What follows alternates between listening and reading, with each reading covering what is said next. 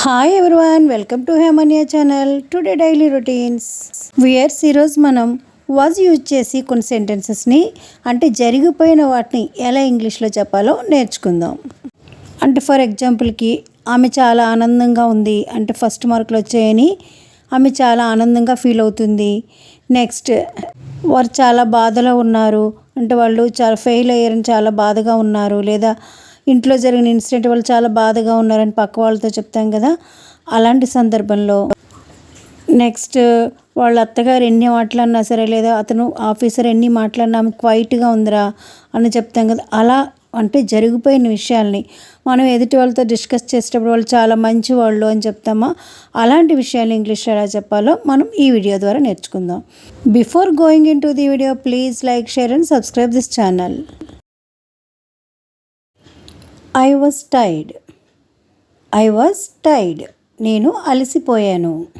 అంటే ఇంటి దగ్గర పేరెంట్స్ కానీ లేదా ఫ్రెండ్స్ కానీ ఏమైనా వర్క్ చెప్పినప్పుడు నేను ఇప్పటివరకు చాలా వర్క్ చేశాను, నేను అలసిపోయానని చెప్తారు కదా, అలాంటి సందర్భంలో ఈ సెంటెన్స్ని యూజ్ చేయొచ్చు. I was tired. Next thing, she was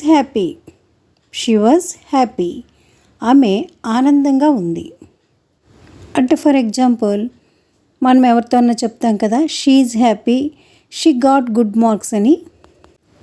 ఆమె చాలా ఆనందంగా ఉంది, తనకి మంచి మార్క్స్ వచ్చినందుకు అని చెప్తాం కదా. అలాంటి సందర్భంలో ఆమె చాలా ఆనందంగా ఉంది అని చెప్పే విషయంలో షీ వాజ్ హ్యాపీ అని చెప్పొచ్చు.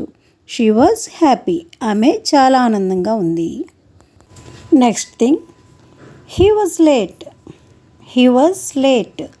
అతను ఆలస్యంగా వచ్చాడు. అంటే మనం ఏదైనా ఫంక్షన్స్లో కానీ ఏదైనా పార్టీస్ కానీ అటెండ్ అయినప్పుడు మన రిలేటివ్స్ కానీ తెలిసిన వాళ్ళు కానీ ఎవరైనా వచ్చారా లేదని ఎదుటి వాళ్ళని అడుగుతాం కదా. For example, did Sairam come to the function are not? అంటే సాయిరామ్ ఫంక్షన్కి వచ్చాడా లేదా అని ఎదుటి వాళ్ళని అడుగుతాం కదా. అలా అడిగినప్పుడు వాళ్ళు చెప్తారు, ఏమని చెప్తారు, వాళ్ళు లేటుగా వచ్చారు అని చెప్పేసి. అలాంటి సందర్భంలో హీ వాజ్ లేట్ అని ఈ విధంగా చెప్పొచ్చు. అంటే అతను లేటుగా ఫంక్షన్కి అటెండ్ అయ్యాడని meaning. Next thing, it was cold. అది చల్లగా ఉంది. ఫర్ ఎగ్జాంపుల్, నేను ఇక్కడ కాఫీ పెట్టాను, మీరు తీసుకోలేదా అని అడుగుతాం కదా. I put coffee here, won't you drink it? నేను ఇక్కడ కాఫీ పెట్టాను, మీరు తాగలేదా అని అడుగుతాం కదా. దానికి ఆన్సర్గా అది చల్లగా అయిపోయింది, నేను తాగలేదని చెప్తాం కదా. అలాంటి సందర్భంలో ఇట్ వాజ్ కోల్డ్ అని ఈ విధంగా చెప్పవచ్చు. Next thing, we were hungry. మేము ఆకలిగా ఉన్నాము. బయటికి వెళ్ళొచ్చినప్పుడు కానీ లేదా ఏమన్నా చేయమన్నప్పుడు కానీ మేము ఫస్ట్ తినేసి ఏమన్నా చేస్తాం, మాకు ఆకలిగా ఉందని చెప్తాం కదా. అలాంటి సందర్భంలో ఈ సెంటెన్స్ని యూజ్ చేయొచ్చు. We were hungry. Next thing, they were sad. వారు దుఃఖంగా ఉన్నారు. ఏమైనా ఎగ్జామ్స్లో ఫెయిల్ అయినప్పుడు కానీ లేదా ఏమైనా లాస్ అయినప్పుడు కానీ అలాంటప్పుడు వాళ్ళు చాలా బాధగా ఉన్నారు అని చెప్తాం కదా. ఆ సందర్భంలో దీన్ని యూజ్ చేయొచ్చు. They were sad. The dog was loud.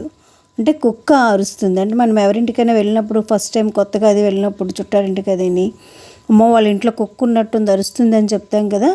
అలాంటి సందర్భంలో దీన్ని యూజ్ చేయొచ్చు. The dog was loud.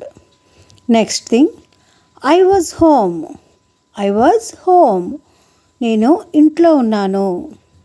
Friends కానీ రిలేటివ్స్ కానీ నేను మీ ఇంటికి వచ్చాను, మీరు ఇంటి దగ్గర లేరు, ఎక్కడికైనా వెళ్ళారని అడుగుతాం కదా. అలాంటి సందర్భంలో నేను ఇంట్లోనే ఉన్నాను అని చెప్తాం కదా. అలాంటప్పుడు దీన్ని యూజ్ చేయొచ్చు. ఐ వాజ్ హోమ్, నేను ఇంట్లోనే ఉన్నాను. Next thing, the book was old. పుస్తకం చాలా పాత పుస్తకం అని చెప్పేటప్పుడు అంటాం కదా, ఆ పుస్తకం పాతదే అని. అలాంటప్పుడు ఈ సెంటెన్స్ని యూజ్ చేయొచ్చు. The book was old. She was quite. ఆమె నిశ్శబ్దంగా ఉంది. ఏమైనా ఇష్యూస్ జరిగినప్పుడు కానీ అంటే గొడవలు అవి జరిగినప్పుడు ఒకరే అరిసేస్తూ ఉంటారు, చాలా లౌడ్గా కేకలు వేసేస్తూ. పక్క వాళ్ళు ఏం చేస్తారు, కొంతమంది సైలెంట్గా ఉంటారు. అంటే ఫర్ ఎగ్జాంపుల్ అత్త కోడలు గొడవలు ఆడుకున్నప్పుడు కానీ లేదా అత్తగారు సైలెంట్గా ఉండి కోడలు అరిచి అత్త సైలెంట్గా ఉన్న అలాంటి సందర్భంలో అబ్బా వాళ్ళు ఎన్ని మాట్లాడినా సరే వాళ్ళ కోడలు చాలా సైలెంట్గా ఉంది, ఆమె ఏమనలేదు, షీ వాజ్ క్వైట్ అని ఈ విధంగా చెప్పొచ్చు. Next thing, I was alone, నేను ఒంటరిగా ఉన్నాను. Next thing, he was tired, అతను అలసిపోయాడు.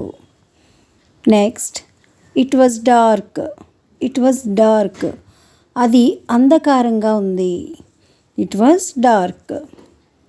నెక్స్ట్, షీ వాజ్ బిజీ, ఆమె బిజీగా ఉంది. Next thing, the weather was nice, వాతావరణం చాలా బాగుంది.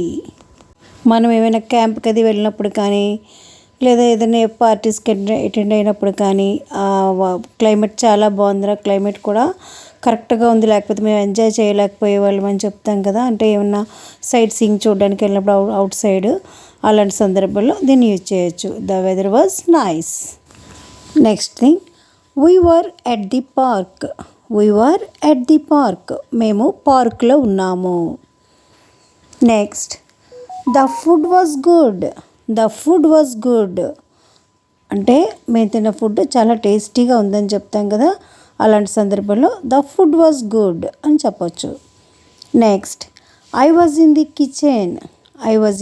కిచెన్, నేను వంటగదిలో ఉన్నాను. అంటే నేను వచ్చినప్పుడు మీరు లేరు అని చెప్తారు కదా, అలాంటి సందర్భంలో నేను అక్కడే ఉన్నాను వంటగదిలో అని చెప్తాం కదా, అలాంటప్పుడు ఈ సెంటెన్స్ యూజ్ చేయొచ్చు. I was in the kitchen. Next, they were at school, అంటే వారు స్కూల్లోనే ఉన్నారు. Next thing, the movie was interesting, ఆ మూవీ చాలా ఇంట్రెస్టింగ్గా ఉందిరా అని ఫ్రెండ్స్తో చెప్తాం కదా, అలాంటి సందర్భంలో ఈ సెంటెన్స్ యూజ్ చేయొచ్చు. The movie was interesting. Okay viewers, మనం జరిగిపోయిన పనులను సింపుల్గా అంటే రోజు జరిగే పనులను ఇంగ్లీష్లో ఎలా చెప్తాము అంటే డైలీ ప్రస్తుతం జరుగుతున్న పనులను ఈజీగా చెప్పగలం ఆర్ యూజ్ చేసి. అది జరిగిపోయిన పనులకి వాళ్ళు చాలా బాధగా ఉన్నారు ఎగ్జామ్స్లో ఫెయిల్ అయినందుకు, లేదా ఆమె చాలా ఆనందంగా ఉందని చెప్తాం కదా, అలాంటి సందర్భాల్లో ఈ సెంటెన్సెస్ని మనం ఈజీగా యూజ్ చేయొచ్చు. వాజ్ని వర్ని యూజ్ చేసి ఎలా చెప్పాలి జరిగిపోయిన పనులు అని చెప్పడానికి ఈ వీడియో మీకు చాలా హెల్ప్ఫుల్గా ఉంటుంది. వ్యూయర్స్, వీటిని మీరు రిపీటెడ్గా ఆలకిస్తూ ప్రాక్టీస్ చేస్తూ ఉండండి. ఆటోమేటిక్గా ఈ సెంటెన్స్ని ఎక్కడ ఎలా యూజ్ చేయాలనేది మీకే తెలుస్తుంది. Okay friends, if you like this video please like, share and subscribe this channel. మీరు చేసే ఒకే ఒక లైక్ కామెంట్ మాకు ఎంతో హెల్ప్ఫుల్గా ఉంటుంది. Please like, share and subscribe this channel.